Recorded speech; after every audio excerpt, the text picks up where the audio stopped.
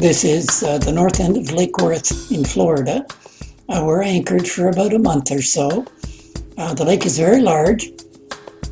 Here I am heading north on the Intercoastal Waterway, anchoring in the north end of Lake Worth in front of the Old Port Cove Marina is an excellent location.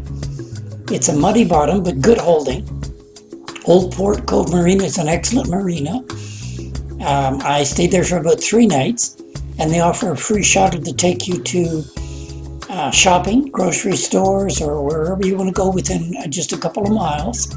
And they have a restaurant on the premises. I anchored in the bay just off the marina. Lots of boats there. Good holding in mud.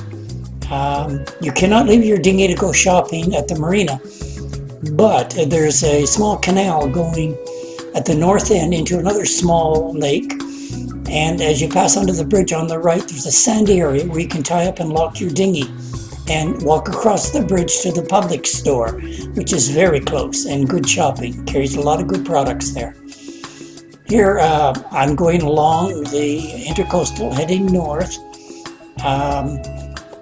My boat draws 6.4 feet of draft, and the canal or the channel is 10 feet deep, supposedly. That's not always the case. There were times when I pretty well touched bottom, but fortunately never got stuck, so they really haven't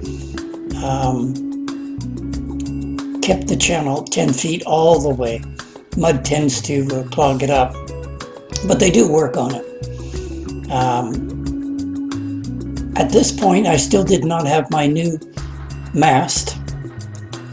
I had been into the marina, Riverside Marina at Fort Pierce, where they built a new rail for me, fixed up my arch, and fixed a number of the electronic problems. And then I decided I'd spend the time on the Intercoastal Waterway, waiting the 6 weeks for my new mast to come in. The waterway is excellent because it's really pretty well calm all the time. Where if you go out and off the coast, it can be extremely rough, and trying to head south against the current is very difficult, and you end up going very slow. So there's a lot of benefits here. They do have speed limits on it if you're a powerboat. Most of the times it's about 25 to 35 miles an hour. There are manatee along the Intercoastal Waterway, so I'm kind of surprised they leave the speed that high. But still, that's what it is. Now, where they have a designated manatee zone, it's a no-wake area, although a lot of the powerboats don't pay attention to that. Fortunately, sailboats tend to not leave much of a wake, so but then again, we only go usually about 6 miles an hour, 6 knots. And here I'm only going about 5. I like to go reasonable speed because I enjoy looking at the homes and the other boats along the waterway and just enjoying it. There are quite a few marinas along the waterway where, of course, you can spend a night or more. The rates run anywhere from about $1.90 up to about $2.50 a foot. So they can be a little bit expensive, and on top of that you pay for electrical, which runs anywhere from $6 to $20 a day, depending on your power demands. And I did visit a number of marinas along the way. It's good to, of course, to be able to refill your water tanks and top off your diesel or your gasoline tanks.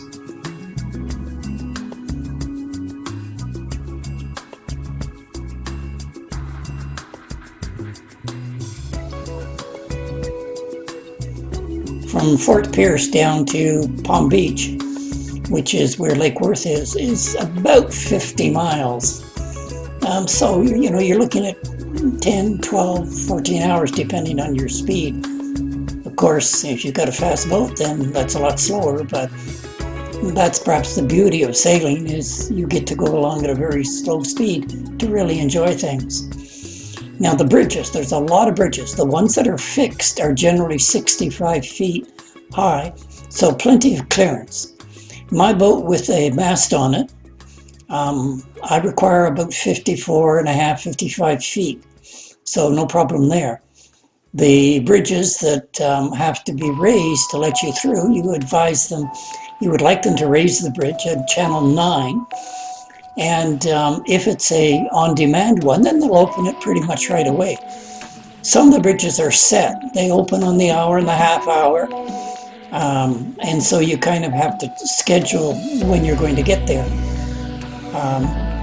But overall, it really doesn't take long at all. And again, a few minutes waiting isn't a big deal. Here I'm coming up to a bridge. This isn't a 65-footer, nor is it open, because the intercoastal waterway curves to the right. As you'll see, I'm slowly turning. So you'd have to have a power boat to be able to go under there up that particular river. And there's a power boat coming along. He creates a bit of wake, which causes a bit of rolling.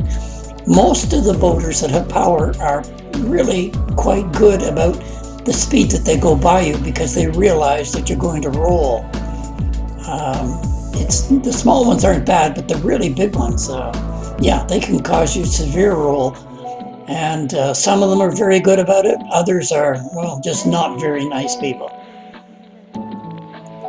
Now here I'm coming along, and the intercoastal waterway curves off to the right, makes sort of an S and goes back north again.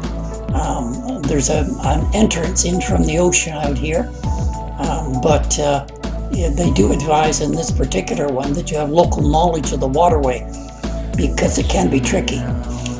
There's a towboat coming along right there on the left, the yellow one. There are two main companies. The one that I had a membership with is called US, Towboat US. And they have boats all up and down the intercoastal to help you out. If you get stuck on a sandbar or in the mud, or maybe you run out of fuel, they come out and help you. If you don't have a membership, it can be quite expensive to come and have them help you out.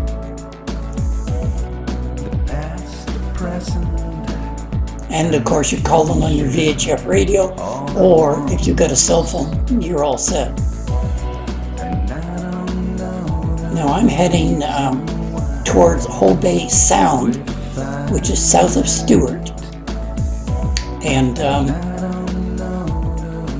that's where I'm planning to spend the night. And from there, the next day, we'll make Fort Pierce. I have done a short video of Whole Bay Sound, and also one of Stewart.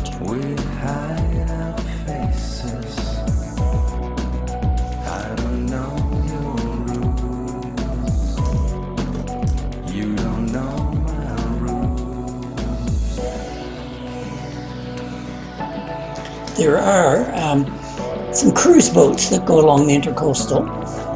I didn't see any large passenger ones for overnights, but I did see a number of daytime cruise boats, and of course quite a few manatee along the intercoastal, and even dolphins, yes.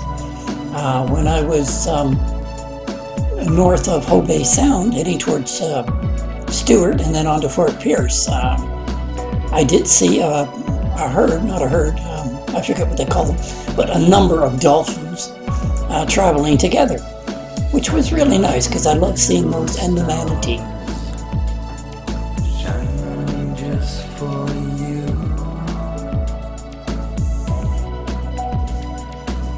And since at this point I do not have a mast, why it was no trouble going under the bridges, I didn't have to ask them to open them up for me, which I'm sure they appreciate.